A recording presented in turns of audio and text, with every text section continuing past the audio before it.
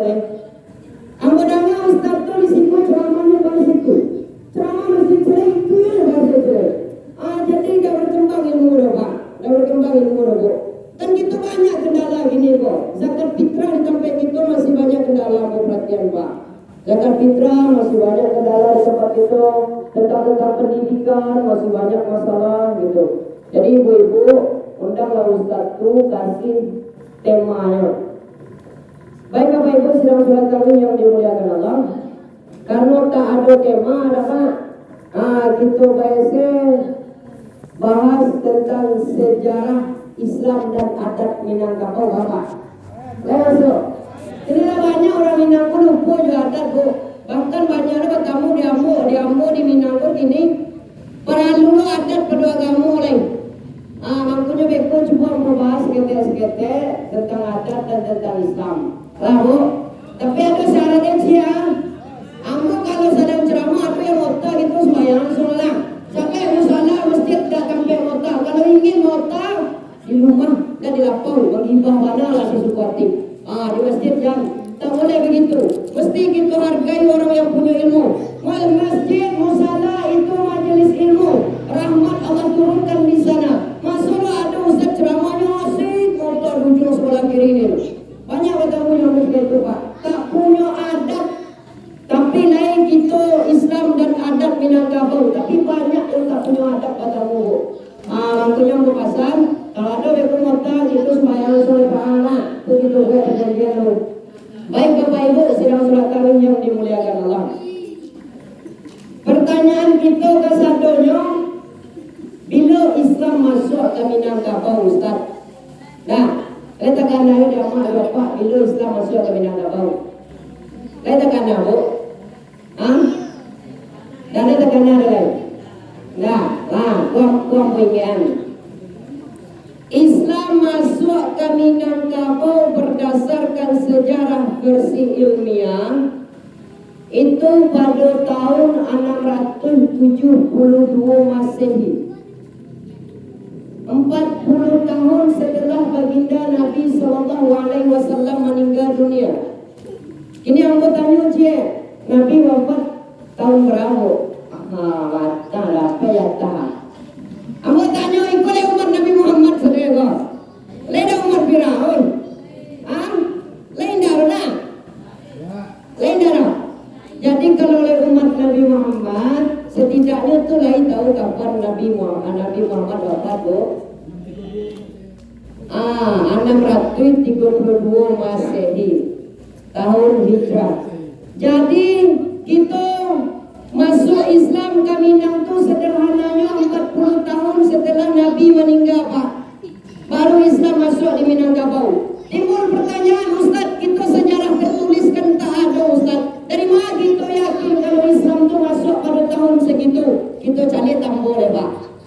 Jadi dulu kita banyak tambah. Di negara manapun tambah tentang Minangkabau banyak Pak. Kenapa begitu Bu? Karena 1800 tahun yang lalu Minangkabau kan negeri para ulama.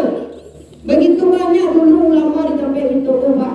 Tapi kini Bang, Bu, jangan mencari ulama gitu gini Bu. Tinggi anak-anak gitu lah. Mencari orang doa bulan baik saat itu susah.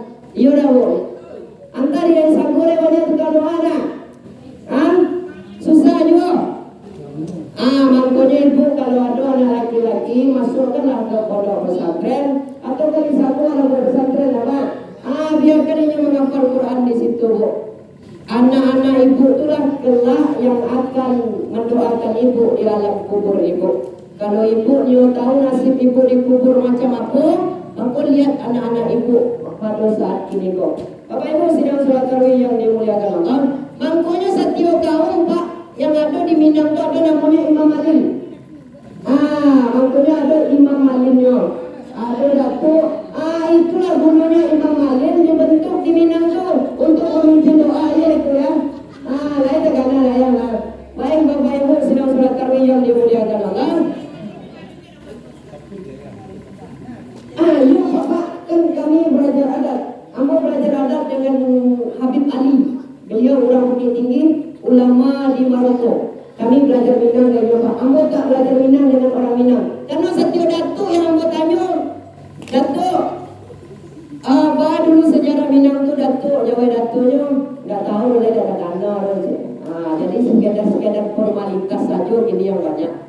Bapak Ibu sidang sholat tarawih yang dimuliakan Allah.